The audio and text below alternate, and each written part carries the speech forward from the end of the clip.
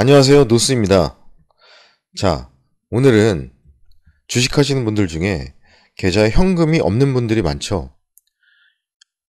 현금이 있으면 못 참고 주식을 한 주라도 더 사고, 또 누가 좋다 그러면 또 사서 현금이 없는데, 그런 분들을 위해서 내 주식 계좌 현금 비중 마련 유지하는 법, 주식 대 현금 비중을 늘 생각 관리하라, 주식 계좌 관리의 정석, 뭐 이런 주제들을 가지고서 말씀을 드려보려고 합니다. 자, 1번 자신의 포트를 구성하라. 항상 포트를 구성해서 투자하는 습관을 들여야 합니다. 다양한 섹터, 포트를 구성하는 방법에는 다양한 섹터, 그러니까 한 섹터에만 집중하는 것이 아니라 다양한 섹터들에서 한 종목씩 뽑아서 구성하는 방법이 있고, 또 한 섹터 내에서 그 섹터가 굉장히 유망해 보여서 그 섹터 내에서 여러 종목들을 가지고서 이렇게 다양한 구성이 가능합니다. 제 아는 지인 중에서는 배터리 밸류체인 관련 종목들을, 어떤 종목이 더 오를지 모른다고 그 배터리 밸류체인 내에서만 여러 종목들로 포트를 구성해서 굉장히 큰 수익을 본 경우가 있습니다.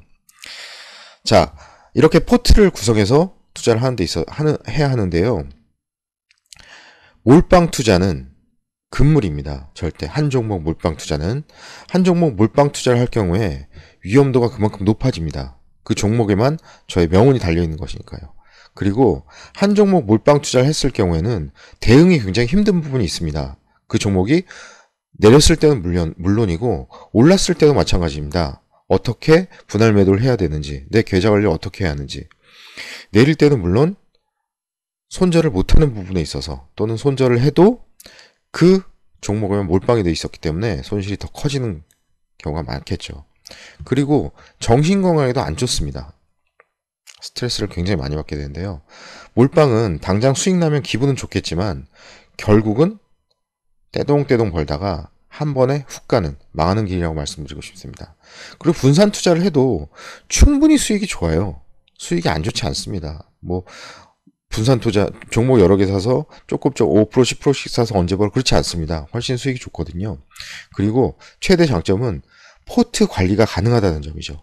내 계좌 관리. 손실 나는 종목과 수익 나는 종목을 같이 판다든지, 수익 나는 종목에 조금 더 비중을 옮긴다든지, 이런 식으로 포트 관리가 가능하다는 점입니다.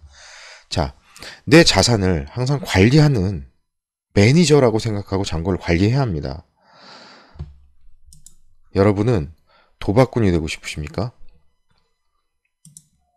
자, 두 번째, 계좌의 주식 대 현금 비중을 항상 생각하면서 현금 비중을 일정 부분 유지하는 것이 필요합니다.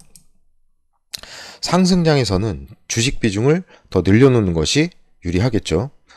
반면에 하락장에서는, 또는 장은 뭐 그냥 박스권 장세인데 내가 좀처럼 적응을 못하는 재미없는 장, 뭐 이런 장이 온다 그러면 당연히 현금 비중을 늘려놓는 편이 좋겠죠. 손실을 키우는 것보다는. 자, 이런 부분들은 그 당시 그 시장에서 최대한의 기회를 활용한다는 측면에서 이렇게 현금 비중 유지하는 것이 필요합니다. 항상 현금 비중은 있어야 합니다. 주식 비중만 있으면 안 됩니다. 현금도 투자라는 마인드를 가지시고, 현금은 가장 나의 안전한 자산이다. 주식을 가지고서 뭐 내가 물건을 사거나 뭐 이러진 않죠.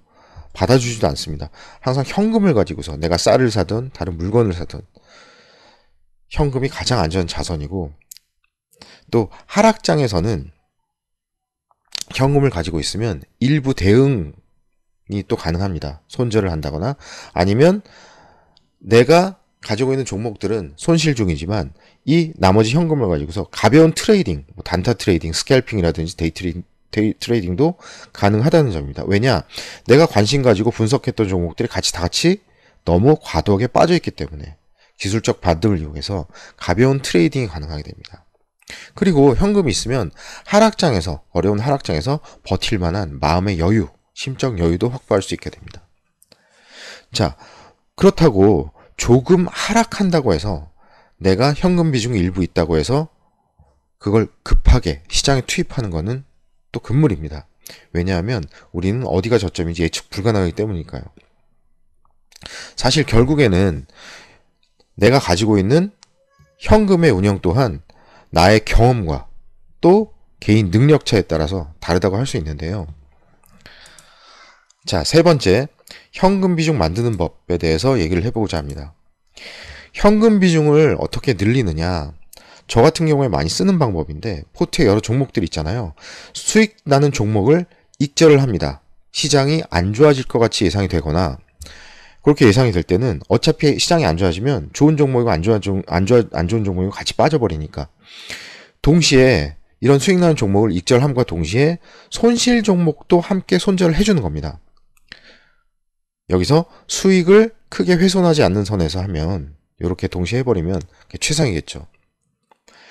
하지만 뭐 손실 나는 종목들이 더 많다 뭐 이러면 손실을 감수하는 부분도 어쩔 수 없이 생각해 봐야 하는 부분입니다.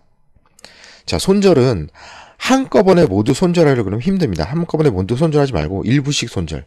손실 종목에 뭐 20분의 1, 10분의 1, 5분의 1씩이라도 차근차근히 손절하면 이런 것들이 쌓이면 또 나름의 노하우도 생기기 때문에 현금을 마련하는데 굉장히 어떤 좋은 나만의 방법들이 생기기 시작합니다. 이렇게 분할 손절을 해야 되는 이유는 우리가 시장에 대해서 예측이 불가능하기 때문입니다. 자, 시장이 안 좋아질 것 같으면 위와 같은 방식으로 현금 비중을 30%에서 40% 정도 마련하는 것이 좋습니다. 내가 주식, 금융시장에 몸을 담고 있으면, 발을 담그고 있으면 현금 비중이 30%, 40% 정도 있으면 현금 비중 많다라고 얘기할 수 있거든요. 자, 그리고 수익 나는 종목보다 손실 종목이 많을 경우에는 손실을 어느 정도 감내해야 하고, 어차피 시장이 다 같이 떨어지니까 이런 현금을 가지고서 시장 반등 시에 단타 트레이딩 대응을 할 수가 있고, 또 저점에서 장기 투자 종목을 분할로 차분차분 차근차근히 또 매수해 나갈 수 있는 부분이 현금의 장점이라고 할 수 있겠죠. 자, 그렇다고 제가 여기서 현금 비중 강조를 한다고 해서 주식시장에 내가 몸을 담고 있으면서 또는 코인 시장에 몸을 담고 있으면서 현금 비중을 주식 비중보다 더 많이 가져가는 것은 조금 지양해야 하는 태도라고 말씀드리고 싶습니다. 왜냐? 자, 그럴 거면 그냥 저금하지. 못하러 그렇게 조심스럽게 할 거면 주식 투자 또는 코인 투자를 하겠습니까? 주식 비중이 있으면, 일정 부분 있으면 우리가 저점 예측이 불가능하기 때문에 내일 1원이라도 오를지 모른다는 희망이 있습니다. 내가 지금 오늘이 저점일지도 모르고 아니면 어제가 저점이었을지도 모르기 때문에 주식이 있다면 단돈 1원, 10원이라도 오를지 모른다는 희망이 있고, 또 그러한 목표를 가지고서 우리가 투자 활동을 할 수가 있게 되겠죠. 반면 내가 현금을 가지고 있다면 현금은 그냥 현금 그대로입니다. 떨어지지도 않고 또한 오르지도 않습니다. 자, 오늘도 청취해 주셔서 감사합니다. 다음에 또 뵙겠습니다. 감사합니다.